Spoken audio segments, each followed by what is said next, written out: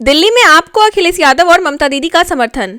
दिल्ली विधानसभा चुनाव की तारीखों के ऐलान के बाद राजनीतिक सरगर्मी बढ़ गई है। इस बार बीजेपी और आप के बीच सीधा मुकाबला माना जा रहा है। चुनाव से पहले सपा अध्यक्ष अखिलेश यादव और ममता बनर्जी की टीएमसी ने आम आदमी पार्टी का समर्थन करने का ऐलान किया है। अरविंद केजरीवाल ने अखिलेश यादव का आभार जताते हुए कहा, आपका समर्थन और साथ हमें हमेशा ताकत देता है। आतिशी के पिता को पाकिस्तान में लेना चाहिए था जन्म। बीजेपी सांसद का विवादित बयान।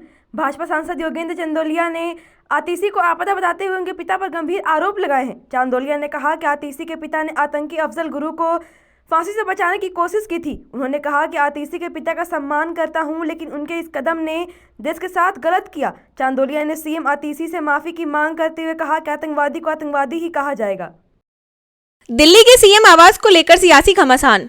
दिल्ली के पूर्व सीएम अरविंद केजरीवाल के आवास पर बीजेपी के शीश महल तंज के बाद आम आदमी पार्टी ने इसका जवाब देने के लिए मीडिया को अंदर ले जाने का चैलेंज दिया। आप नेता सौरभ भारद्वाज और संजय सिंह सीएम आवास पहुंचे, लेकिन पुलिस ने अंदर जाने की इजाजत नहीं दी। इसके बाद दोनों नेता बाहर धरने पर बैठ गए। कंगना रनौत ने प्रियंका गांधी को भेजा इमरजेंसी फिल्म देखने का निमंत्रण। अभिनेत्री कंगना रनौत अपने फिल्म इमरजेंसी के लिए तैयारियों में व्यस्त है और उन्होंने कांग्रेस सांसद प्रियंका गांधी वाड्रा को फिल्म देखने का निमंत्रण भेजा है। फिल्म 1975 से 77 के आपातकाल की कहानी पर आधारित है। कंगना ने प्रियंका गांधी से संसद में मुलाकात के दौरान कहा कि उन्हें इस फिल्म को देखना चाहिए और प्रियंका ने इसे लेकर विनम्र प्रतिक्रिया दी। सीएम से पूर्व सीएम तक दिल्ली की हॉट सीटों पर सियासी महासंग्राम। दिल्ली विधानसभा चुनाव के लिए तारीख का ऐलान कर दिया गया है। एक ही चरण में सभी 70 सीटों पर वोट डाले जाएंगे। नई दिल्ली, कालकाजी, जंगपुरा, पातपगंज जैसी सीटों पर बेहद कड़े मुकाबले की संभावना है। नई दिल्ली सीट पर अरविंद केजरीवाल, कांग्रेस के संदीप दीक्षित और बीजेपी के प्रवेश वर्मा के बीच रोचक मुकाबला होगा। इस सीट पर 7 चुनाव में 3 बार कांग्रेस, 3 बार आम और 1 बार बीजेपी जीती है। दिल्ली चुनाव से पहले बीजेपी को झटका, मंदिर प्रकोष्ठ के नेता आप में शामिल।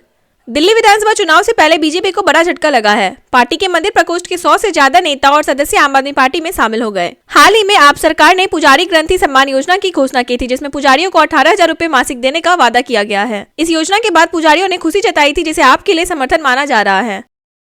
दिल्ली में प्यारी दीदी के बाद कांग्रेस ने लॉन्च किया 25 लाख के बीमा का वादा। दिल्ली विधानसभा चुनाव की तारीखों के ऐलान के बाद कांग्रेस ने वोटर्स को लुभाने के लिए नई योजना पेश की है। पार्टी ने जीवन रक्षा योजना के तहत हर दिल्ली वासी को 25 लाख रुपए का बीमा देने का वादा किया है। यह योजना कांग्रेस के प्यारी दीदी अभियान के बाद सामने आई है। कांग्रेस का कहना है कि सरकार बनने पर इस गारंटी को लागू किया जाएगा। अमेरिकी सांसद ने अदानी ग्रुप की कंपनियों की जांच के फैसले को चुनौती दी। अमेरिका में अदानी ग्रुप और गौतम अदानी के कंपनियों की जांच पर रिपब्लिकन सांसद लॉन्स गुडेन ने सवाल खड़े किए हैं। हाउस जुडिशरी के सदस्य गुडेन ने अमेरिकी अटॉर्नी जनरल मैरिक गारलैंड को पत्र लिखकर कहा कि ऐसी चुनिंदा कार्रवाइयां अमेरिका के वैश्विक गठबंधन और आर्थिक विकास को नुकसान पहुंचा सकती हैं। उन्होंने न्याय विभाग से यह भी पूछा कि क्या इसका संबंध जॉर्ज सोरेस से है। उन्होंने इसे महत्वपूर्ण सहयोगियों के लिए खतरा बताया। इसरो के नए चेयरमैन होंगे वी नारायणन, रॉकेट और अंतरिक्ष यान प्रणोदन में विशेषज्ञ। केंद्र सरकार ने वी नारायणन को भारतीय अंतरिक्ष अनुसंधान संगठन का नया अध्यक्ष और अंतरिक्ष विभाग का सचिव नियुक्त किया है। वे 14 जनवरी को इसरो के वर्तमान प्रमुख एस सोमनाथ से पदभार ग्रहण करेंगे। वी नारायणन के पास अंतरिक्ष विभाग में काम करने का 4 दशक का अनुभव है। वे रॉकेट और अंतरिक्ष यान के विशेषज्ञ भी हैं। संभल मंदिर मस्जिद विवाद में जिला अदालत की सुनवाई पर रोक। इलाहाबाद हाईकोर्ट ने संभल के मंदिर मस्जिद विवाद पर जिला अदालत में चल रही सुनवाई पर रोक लगा दी है। शाही जामा मस्जिद इंतजामिया कमेटी की याचक पर सुनवाई करते हुए कोर्ट ने सभी पक्षों को 4 हफ्ते में जवाब दाखिल करने का निर्देश दिया। मुस्लिम पक्ष को इसे अस्थायी राहत मिली है। जस्टिस रोहित रंजन अग्रवाल की सिंगल बेंच में यह सुनवाई 8 जनवरी को हुई। मामले में अब हाईकोर्ट में आगे की सुनवाई होगी।